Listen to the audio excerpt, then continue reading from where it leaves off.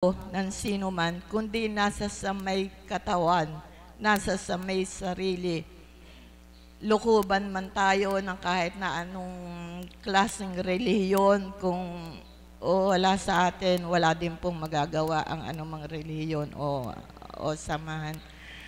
Kaya po sa lahat ng mga nandito sa mga grupuhan ng pananampalataya, ibigay na po natin ng todo-todo ang pakikipag-ugnayan sa Panginoon. At galak din po ang kalooban ko dahil sa kabila ng aking mga dinanas na nakaraan sa buhay ko ay nagkaroon po ng kaganapan. Dahil nandito po ako ngayon sa loob ng 6 na taon na bilang alagad, na nadama ko po at hindi na sayang ang pakikipag-ugnayan ko sa Panginoon dahil nagkaroon po ng pagbabago sa aking buhay, sa pangkabuhayan, sa pang-espiritual at sa pang-physical. Hindi po na lalayo ang topic natin, pag-asa, sa itinatakbo ng ipinaliliwanag ko ngayon, isinishare ko dahil mulat sa pulpo kasi hindi ako nawala ng pag-asa kahit na ganong pagsubok ang dumating sa buhay ko. Hindi ko na po iniisip yung pagsubok dahil deserving po ng bawat isa nating lahat na nabubuhay dito sa mundo ang magkaroon pa ng pagdalisay dahil iyon po yung nagpapatatag sa atin. Kaya huwag po tayong mawawalan ng pag-asa kung tumatagal man ang ating pananampalataya, ang ating mga hinihiling at hindi pa naibibigay, hindi pa ipinagkakaloob. Huwag po tayong mawawalan ng pag-asa. Sa akin po kasi ang nangyayari, kung meron pong instant healing, sa akin po may instant giving.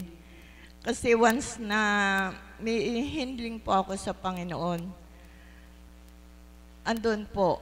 At hindi po nasayang yung totohanan ko, pagiging tapat ko sa Kanya, hindi po nasayang. Dahil nakamit ko po lahat ang magagandang biyaya. Napakarami po. At sa loob po ng 6 na taon ko bilang alagad, wala na po siguro kung mahihiling pa, kundi yung para na lang sa mga mahal ko sa buhay, para sa mga kapwa ko, sa inyo, mga pasyente, sa mga tagasunod, sa lahat po ng kapwa-tao ko. Dahil ang sabi nga, ang mga biyayang ipinagkakaloob sa atin ng Panginoon, hindi natin maibabalik sa Kanya, kundi ibalik natin doon sa mga kapwa-tao natin na matutulungan natin in physical. Dahil ang banal na Espiritu ang maibabalik lang natin sa Kanya, iyon iyon yung bali pagganti natin sa Kanya sa mga paggabay niya sa atin. Yung pagsunod natin sa mga kagustuhan niya. Ako siguro hindi ko masasabing banal ako dahil wala naman magiging banal isa man sa atin Iisa lang ang banal. Ang masasabi ko lang siguro, mulat sa bata ako, talagang nagpapakatotoo ako. Talagang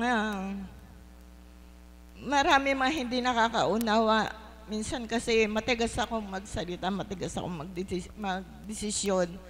Ayoko na kasi nung maraming paligoy-ligoy na usapin. Gusto ko, kung makukuha kita ngayon din, makuha kita sa magandang pakiusapan.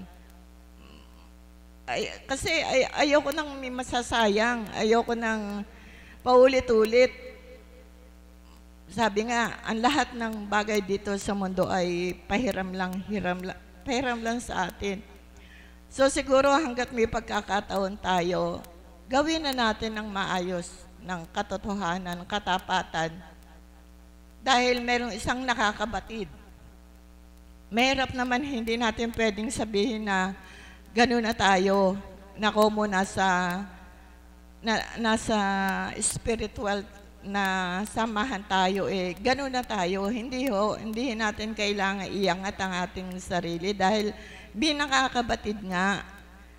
So, iyon naman, nasa mga tumatanggap din at umuunawa.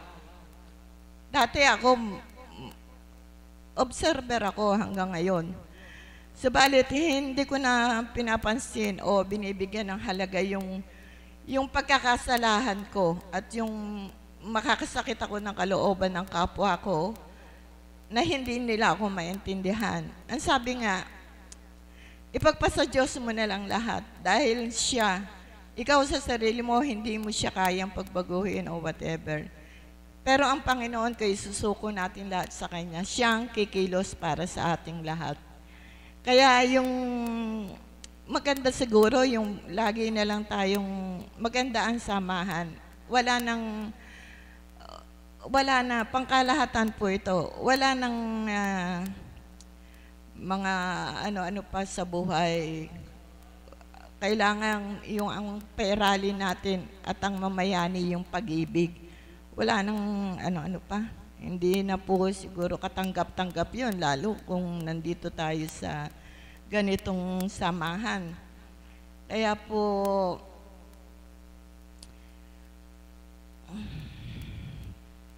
yun na lang po siguro.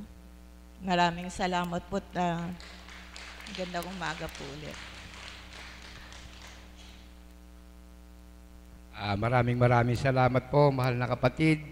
Kung paglinaya lang po natin ang kanyang mga sinabi na siya ay hindi nawala ng pag-asa sa Diyos. Kaya ang nakamit niyang lahat, ang kanyang minimiti sa Panginoon. Ibinigay lahat sa Kanya.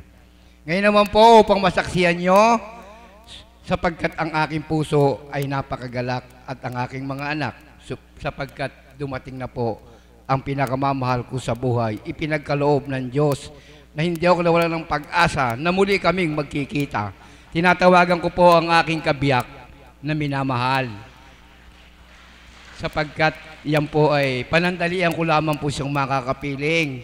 Sapagkat lalayo na naman po siya sa aking tabi. Kaya pinakikita ko na po siya sa inyo. Sapagkat baka sabihin naman ninyo, na iyang baik ang asawa ni Caps, iyang baik ang asawa ni Caps. Ito na po ang original na asawa ni Caps. Buhay po ba ang Diyos? Tingnan na naman po ninyo ang asawa ko, kape at gatas. Pero ang puso ko naman po ay malinis. Di po ba mga alagad? Ganyan. Asan po ba ang aking minamahal na kabiyak? Nire-request po kasi ng mga Caps, nasaan daw ba ang aking misis? Eto. Yan po. Bali, 4 na araw ko lamang po siyang nakakapiling. Subalit, lagi ko na pong binibilang ang araw. Lagi po akong nagbibilang ng araw sa kanya. Ayan, naku po, kaganda naman. Kiss muna.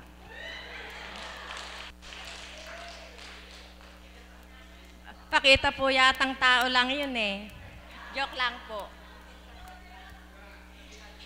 Isang mapagpalang umaga po sa ating lahat sa umagang ito.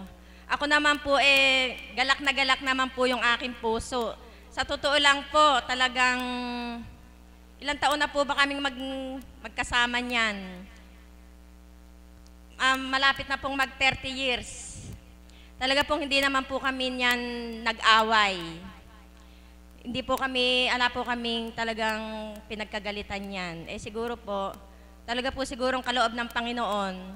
Kasi po nung bata po ako, hiniling ko po, puting pong makakakita po ako ng eroplano, sabi ko, kahit na pag matanda na ako, alam ko makakasakay ako ng eroplano. Hindi ko po iyon inano, pero po siguro, talagang kaloob po ng Panginoon na aking mangibang bansa. Sa totoo lang po, ala po akong alam sa English. Grade 6 lang po ang natapos ko. Kaya po sabi ko nga, wala po sa pinag-aralan ang kung ano yung kalooban sa iyo ng Panginoon. sabi nga po ni kapatid na nag-share dito, kahit po talagang totoo po yun, kahit po sino ang tumayo dito sa harap na to, anuman pong katigas niyang magsalita, pagka po ang mga salita ng mula sa Ama ay hindi po natin ipinasok at hindi natin idib, anuman po ang ating naririnig, pag po hindi po natin ipinasok dito at dito, ala po tayo, sayang lang po ang pagpunta-punta natin dito.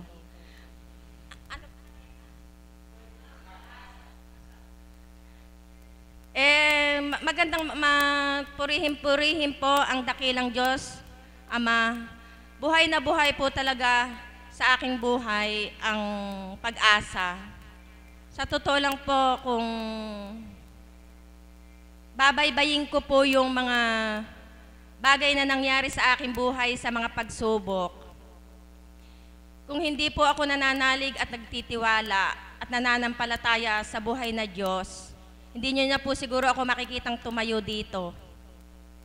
Dahil po noon pong ako'y nasa ibang bansa, yung pong aking kaisa-isa pong anak na lalaki, siguro po alam niyo yun, na nagtrabaho po siya sa Western Union. Isipin niyo po, malayong-malayo ako, sasabihin nagnakaw ng 3 milyon. Ako po nung malaman ko po yun, biyanan ko po yung tumawag sa akin. Kung hindi po ako nanalig at nagtiwala, baka po ako'y namatay na. Isipin niyo po yung 3 milyon na nakawin ng anak ko. Ako po'y lumuha. Lumuhod po ako. Kasi po yung aking amo, kahit po yun ay Muslim, ang sabi niya sa akin, oo, tama, Muslim ako, ikaw Christian. Wala tayong pakialaman. Sabi ko, sir, okay. Sabi kong ganun. Kasi isa lang naman po kako yung pupuntahan natin. Babaon lang naman kayo kako sa lupa. Ganun din naman kami, sabi ko sa kanya. Kaya yung kakong pananalig mo, yung Diyos mong sinasamba, yung Diyos mong sinasamba, wala tayong pakialaman. Pero po ko yung iba yon. Nagro-rosaryo po ako, nakikita nila yung rosaryo ko, nakikita nila yung libro po ni Apo. Tapos po, pagka po yung nagpe-Facebook po kasi, nakikita po ng mga anak. Bakit daw yung kasama ko sa Facebook, kasi po yung profile ko, mula po nang mag-Facebook ako, si Apo na po yung kasama ko. Bakit daw po kasama ko? Kasi po kilala po nila si Jesus. Bakit daw po yung kasama ko? Si Jesus. Sabi ko, ganyan ka ako kamahal ng Diyos namin. Sabi ko. Kaya daw pala, sila, mahal nila ako dahil iba daw po pala akong Sabi ko, salamat po. Doon naman po sa pag-asa, talaga pong, kung nanamnamin ko po yung mga bagay na nangyari sa buhay ko, talaga pong, buhay na buhay po talaga ang Diyos na kumilos sa aking buhay. Dahil ito pong, ngayon po 1 linggo na ako, hindi ko po talaga akalain na yung mayroon talagang pag-asa. Pag-asa po talaga yung nangyari sa buhay ko at yung pong nangyari na yon hindi ko naman po na ikukwento yung kasi nga po, kung ikaw ay may suliranin, para huwag kang pagtawanan ng tao, sa Ama mo na lang isabihin. Kaya po ako, ang sabi ko nga po kay Apo, kayo lang po ang makakatulong sa akin sa lahat ng suliranin ko. Wala po akong ibang pagsasabihan kundi kayo. Ako ay nananalig po at ako't nagtitiwala sa inyo na ang lahat ng ito ay aking malalampasan. Kaya po hindi man po dumating takda na kaarawan ng aking, kung may pakakasal po ako, inaangkin ko po at tinatanggap na ngayon na talaga pong bless na bless po naman. Alam ko pong kaya, alam ko pong nandiyan po ang Ama, hindi po niya ako kayang pabayaan. Kasi po, mahirap po kasi talaga ang lumayo. 5 kang anak. Ngayon po ako naniniwala na sabi po nila, mahirap daw lumayo ang anak na maliit. Sa malaki, umalis kayong malaki na, hindi po pala. Kung kayo po nais yung mag-abroad, hanggang pong maliit ang anak nyo, umalis na kayo. Pero po malaki, mahirap. Kung talagang wala po kayo sa Panginoon. Ako po, kung hindi po ako nagtiwala at nanalig, hindi po ako nanalig na may pag-asang magaganap sa buhay ko, hindi po ako makakaalis. Ang anak ko po, 5. 5 po anak ko. Andito po silang lahat. Pero po, sa gabay po at pananalig ko, sa tiwala, una po kay Apo, talagang hindi ko po, talagang iisipin ko po, hindi po ako makakasadsad. Magpipitong taon na po akong umaalis. Pero po awa po ng Panginoon, sa gabay po ni Apo, sa gabay po ng Ama, ala pong naganap na, meron man pong naganap pero nakaya pong lahat. Pagka po ako'y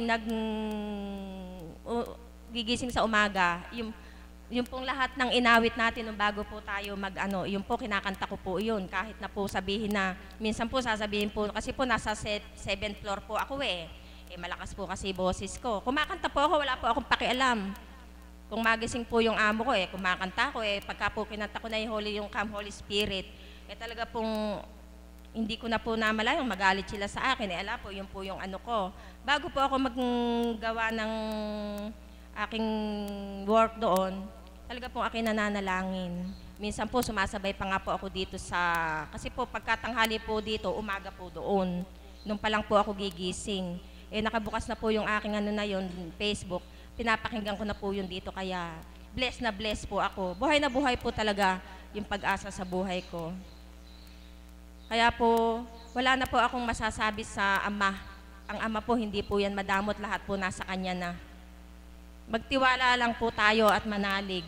Lagi pong may pag-asa sa umaga po nating paggising. Lagi pong tayo humingi, ipagkaloob po natin sa Kanya. Wala pong hindi ibibigay. Kaya maraming salamat po sa inyong lahat. Salamat po.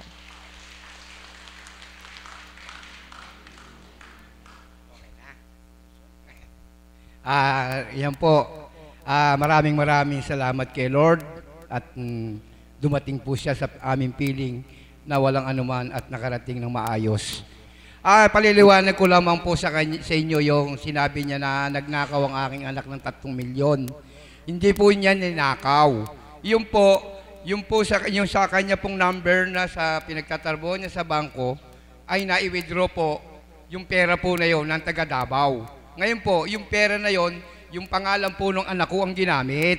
Kaya ganun lang po. Pinaliwanag ko lang po dahil po ang sabi ng miss ko na hindi niya pinaliwanag yung anak ko nagnakaw lang basta. Baka sabihin namin ng mga tao, magnanakaw pala yung anak ni Caps.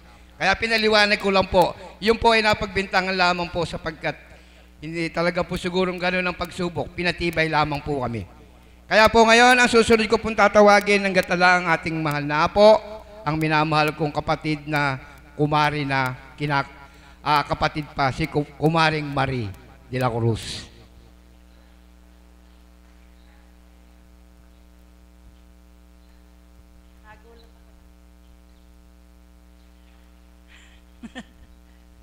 Isang magandang umaga po sa tanghaling ito. Buhay po ba ang Diyos? Palakpakan po natin ang buhay na Diyos. Pag-asa. Napakagandang tema po ng pinagsasaluhan natin ngayong umaga na to. Kung paano nga ba ang pag-asa na makakamta natin sa ating buhay. Ang bawat isa po sa atin may pag-asa. Amen po ba yon? Amen. Sapagkat sa dati ko pong buhay, mayroon na po din akong natatanaw na pag-asa. Subalit, hindi po pala katulad ngayon na kailangan may pag-asa ka sapagkat alam mo na buhay ang Diyos na sa tuwin ay nangangalaga sa iyo. Amen po ba? Palakpakan po muna natin ang buhay na Diyos. Kasi i-share ko lang po yung kaganapan sa isang pamilya na naging saksi ako kung paano ko. Meron po kasing isang pamilya na lasinggero po yung tatay nila. Baga sa nakita ng mga anak nila kung paano nga yung tatay nila ay irresponsable sa pamumuhay nila na sa halip na siya ang magbigay ng sustento o maging haligi ng tahanan, siya pa po yung baga sa siya pa yung nagiging pasaway. Subalit binabawalan niya pa ang mga anak niya na, ikaw, wag kang uminom, wag kang umalis ng gabi. Ang sagot ng anak, kung ikaw nga umiinom, kung ikaw nga ay ganyan. So, paano po mo maitutuwid ang isang tao kung ikaw mismo sa sarili mo, hindi mo kayang ituwid ang sarili mo? Amen po ba yon? Palakpakan po natin ang buhay na Diyos.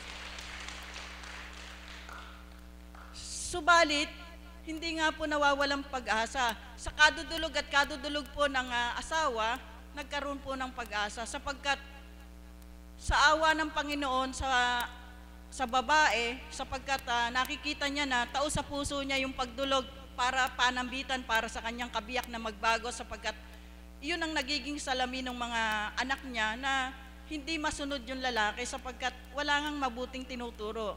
Subalit sa pagbabata ng babae, panambitan sa ama, at kahit na ano ginagawa, ipinakikita pa rin niya yung katapatan. Baga sa ano po yung laob niya yan, napakabait. Yung masasabi mo ng mabait sapagkat kahit na ano ginagawa ng kanyang mister, siya pa rin ay nagsusumikap. Hindi niya, ipinakikita niya yung tamang pagbabago. Hanggang sa isang araw, sa pamamagitan ng kanyang pagdulog, sa ating Panginoon, paninikluhod at pagpapakita sa gawa, nagbago po ang kanyang asawa. Palakpakan po natin ang buhay na Diyos. Doon po, higit lalo siyang nagpurit, nagpasalamat sa Panginoon na ang sabi niya nga po sa kanyang sarili, wala pong imposible sa Panginoon. Bakit sabi ko, oo, walang imposible sa Panginoon? Sapagkat kaya naganap yan, nagkaroon ka ng pag-asa sapagkat ikaw mismo sa sarili mo, ikaw ang gumawa, ikaw ang nagpakita. Sapagkat kung hindi mo ipinakita sa asawa mong ganon, hindi ka dumulog, walang pag-asang makakamtan. Amen po ba?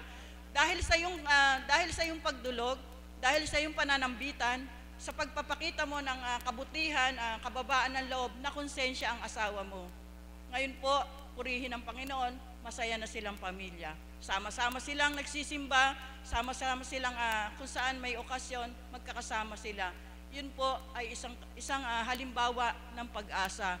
Bago ka sumuway sa isang tao, bago ka mag-ata sa isang tao, kailangan makita muna sa gawa mo kung ikaw nga ay karapat dapat sundin. Amen po ba? Palakpakan po natin ang buhay na Diyos.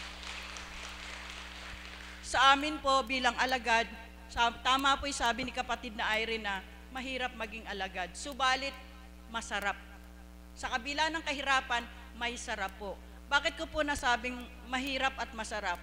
Sapagkat po, pag una kang tumanggap sa Panginoon, una kang naging alagad, parang excited ka po, parang high na high ka. Sapagkat, ang daming pinasisilay sa'yo.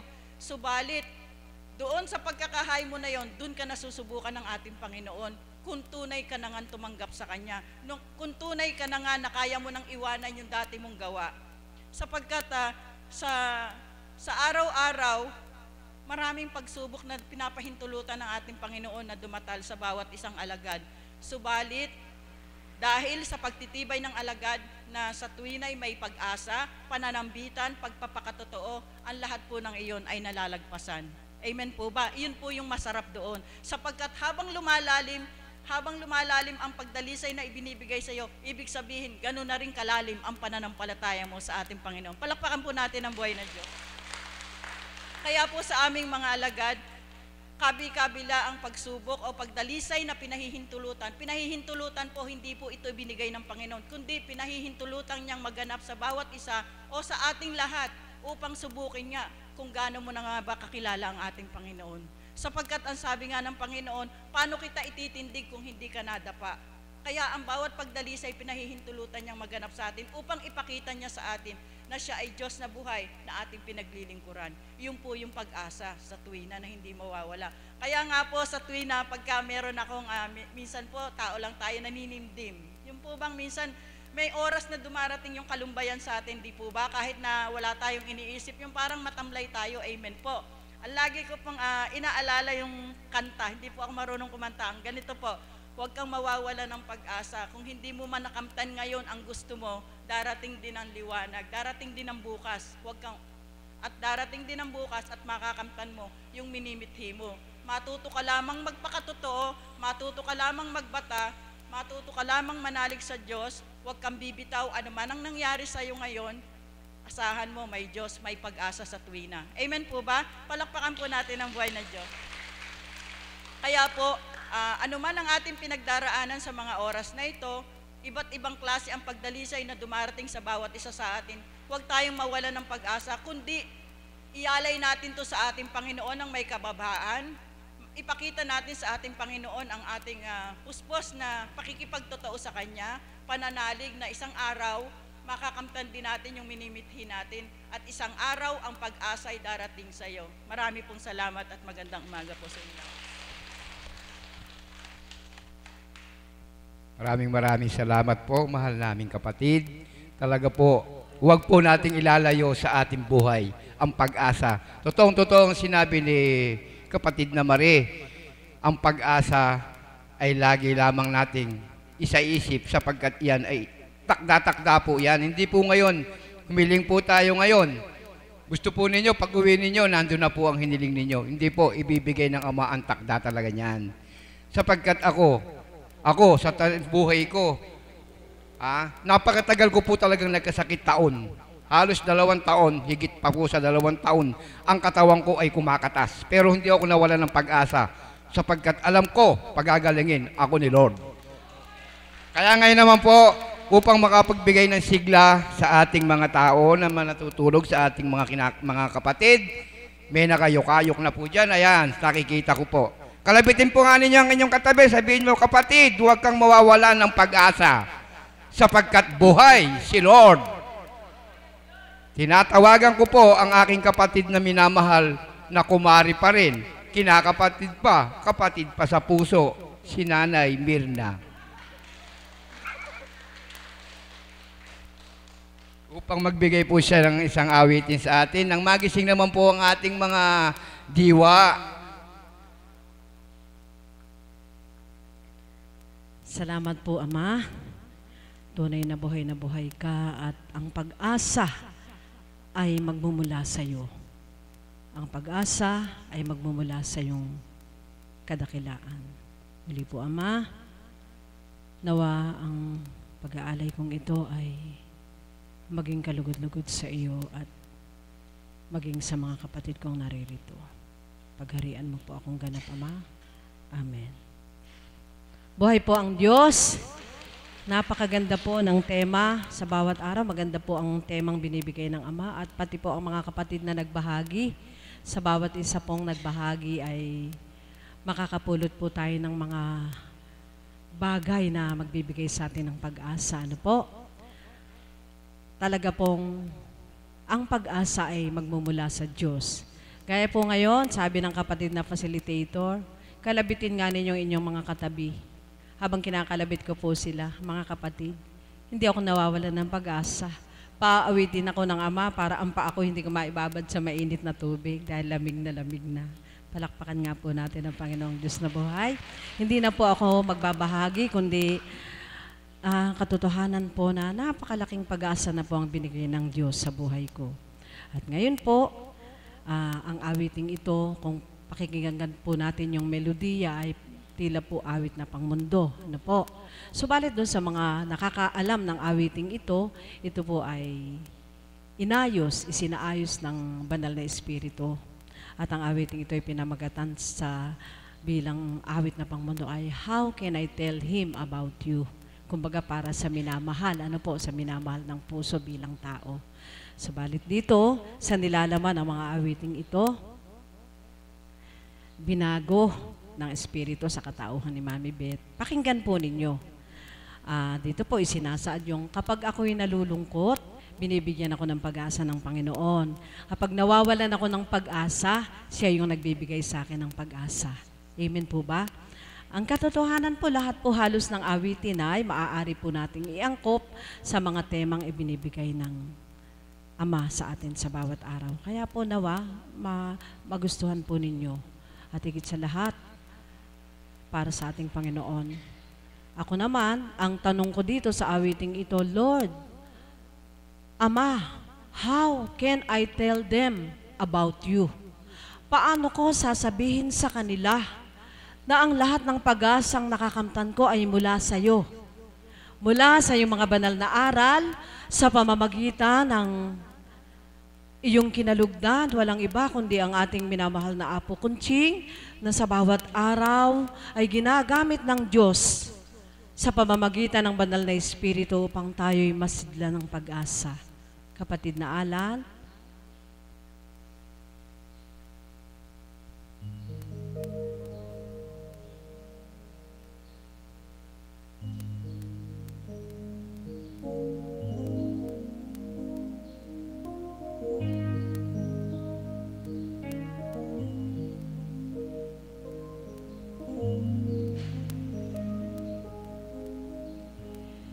He knows when I'm lonesome. He knows when I'm sad. He puts me up when I'm lonely and holds me so tight. Whenever I'm discouraged, He knows just what to do. My God, now I know much about you. I can tell Him all my troubles. He makes Him all seem right. We can talk of my burdens and all the problems in my life. And when I am in sorrow, He makes my heart feel bright. My God, now I know much about you.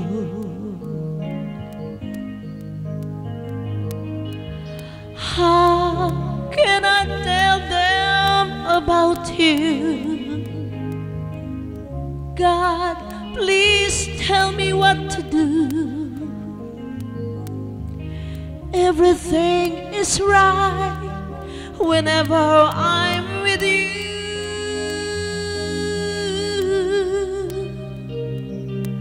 So God, let me tell them, help me tell them about you.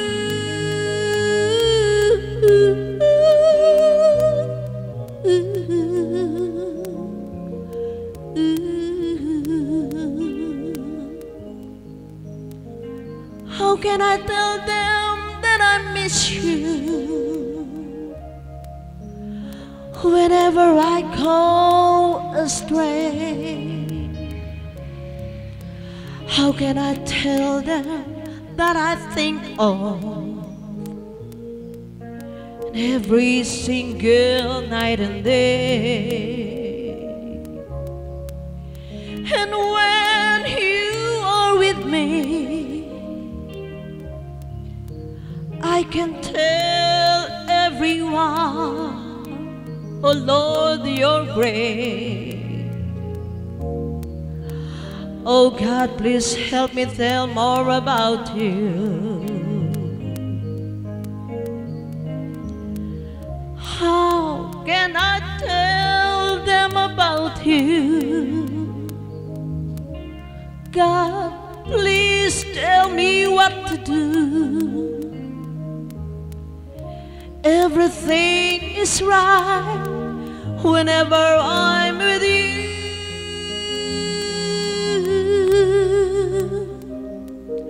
So God, won't you tell me how to tell them about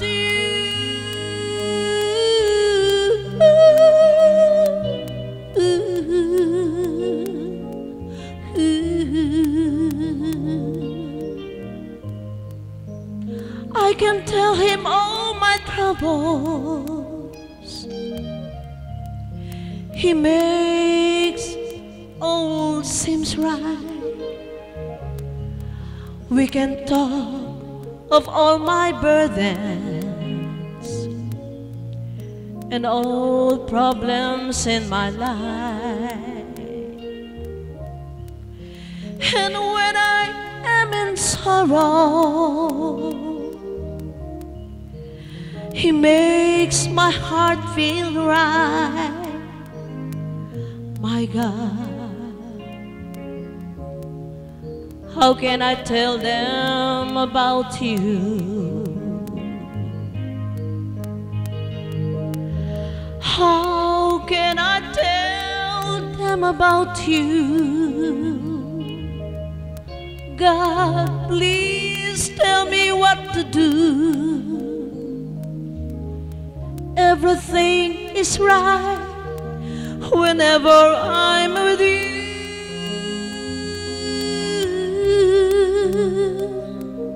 So God, won't you tell me? Help me tell them about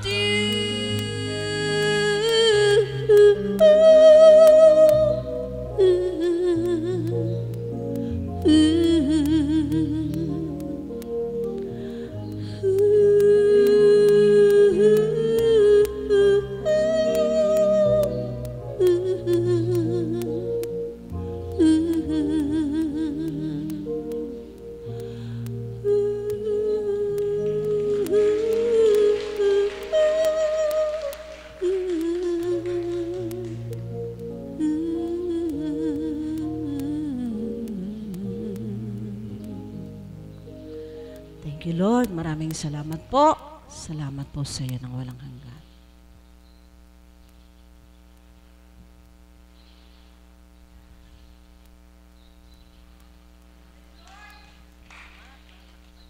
Salamat po, mahal na kapatid. Talagang buhay na buhay ang Diyos. Talaga si Lord ang lahat ng gumagalaw sa atin.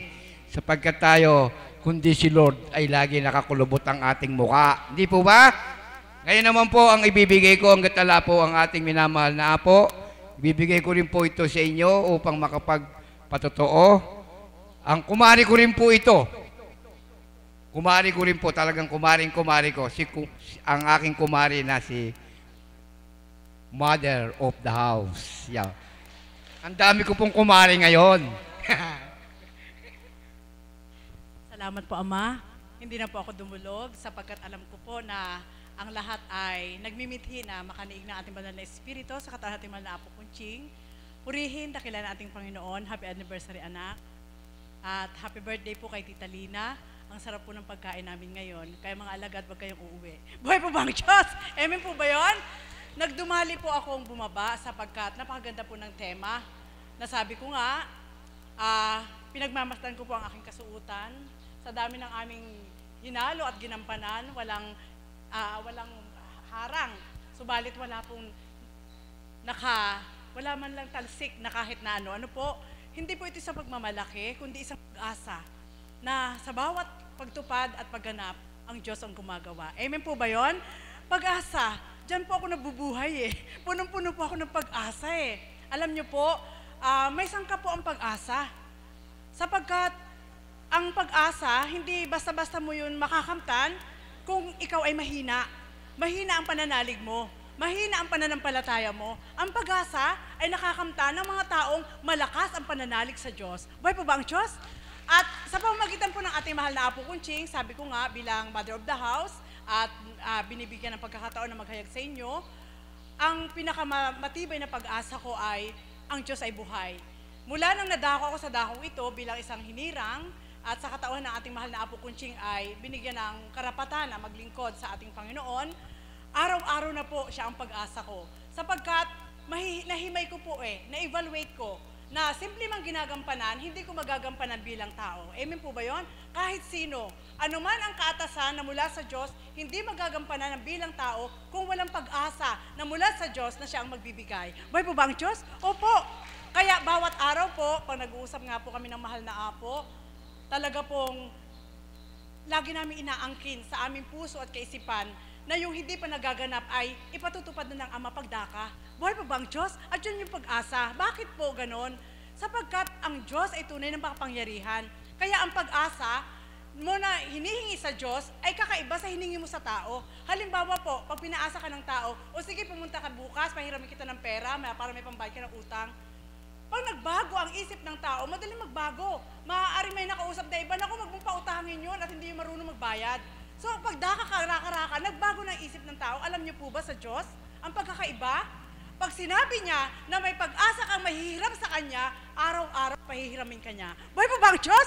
At yan po, nabubuhay po ako sa asa na anuman ang pinagdaraanan at yun ay nakamtan ko sa dakong ito. Dito po nabuo sapagkat ibinigay ng Ama ang focus sa isip at sa puso mo na ating mahal na Apo Kunching, ang tinanggap mo at tinanggap mo siya ay hindi tao, kundi ang Diyos na totoo na sa atin ay magbibigay ng pag-asa. Buhay po ba ang Diyos? Kaya nawa po, tayong lahat ay makinabang sapagkat sabi nga, hindi na magkakaroon sa isip at sa puso mo na mainggit ka sa iba. Bakit? Sapagkat ang pag-asa mo yung Diyos, hindi kanya sisidlan ng pagkainggit sa iba. Sapagkat kung ano yung nakakamta ng iba na maganda, maaari ibigay din ng Diyos na inaasahan mo para sa'yo. Buhay po ba ang Diyos? Kaya yan po ang nagaganap sa dakong ito. Nakita niyo po, wala man pong hain na ibinibigay araw-araw bilang pagkain ng katawan at wala man pong ipinapangako na pumunta kayo dito, bibigyan ko kayo ng pera. Subalit, ang pag-asa ng mga tao sa dakong ito, makausap lang ang mahal na Apo Kunching, makita lang siya, anuman ang dinadala mo, gagaan na ang pakiramdam mo. Buhay po ba ang Diyos? At yan po kami. Dito po, hindi ko po ito pinangangalandakan dahil gusto ko itaas ang ating mahal na Apo Kunching. Hindi po. Sapagkat, kung paano po siyang tumupad, gumanap, nang walang pasubali sa ating Diyos, ay isang larawan at salamin ng bawat isa upang ang pag-asa na yun ay kamtin nating lahat. Kaya sa dakong ito, halina po kayo. Bawat araw, kung ang ating mahal na Apo Kunching, iniwan ang lahat, sinuko ang lahat, subalit hanggang ngayon nakatindig at lumalaban, ano pa kaya tayo? Samantalang nakaupo lang tayo, kami pumupunta lang para makinig. Ano pa kaya tayo? Amen po ba yun? Kaya nawa po kung paano ang pag-asa ko po na ibinigay ng Diyos, ang sangkap ko po na ibinigay niya sa akin, matibay na pananindigan na may magagawa siya sa iyong buhay. Panindigan mo na may magagawa ang Diyos. At kung may nakaraan ka man na ikaw'y nabigo, huwag mo nang balik-balikan yun. Amen? Huwag mo nang balik-balikan yun sapagkat yun ay minsan ay nakamamatay ng pag-asa. Halimbawa, sinabihan ka ng kapwa mo na, naku, wala nang pag-asa yan, hanggang pagtanda yan, ganyan ang magaganap sa buhay niya. Huwag mo pong angkinin yun. Bakit ka po nasambit? Sapagkat ganyan din ang ginawa sa akin ng tao. Walang mapapala dyan sa babae na yan. O ano nangyari sa kanya, uuwi yan, at daming anak. Subalit binali ng Diyos. Amen? Sapagkat ang pag-asa ko, gumawa ng mabuti at tama at yung takot sa Diyos na hindi niya yun may patutupad sa iyo. Sapagkat alam niya at kilala niya mga tao na nag-uuyam sa iyo. Kaya niyang baliktarin. Halimbawa po sa dakong ito, huwag kayong maniwala dyan sapagkat hindi yan totoo.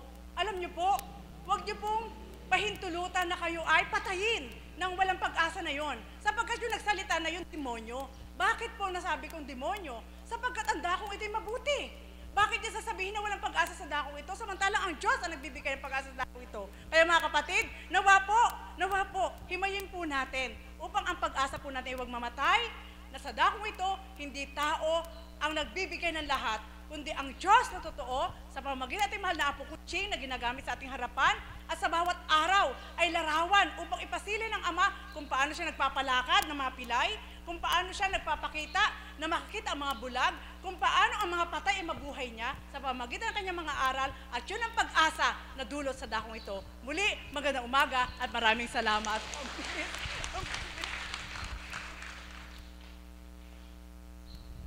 Maraming salamat po sa lahat ng sipagbahagi. Basta po ang wag lang pong iaalis sa ating sarili ay ang pag-asa. Magsitayo na po tayong lahat.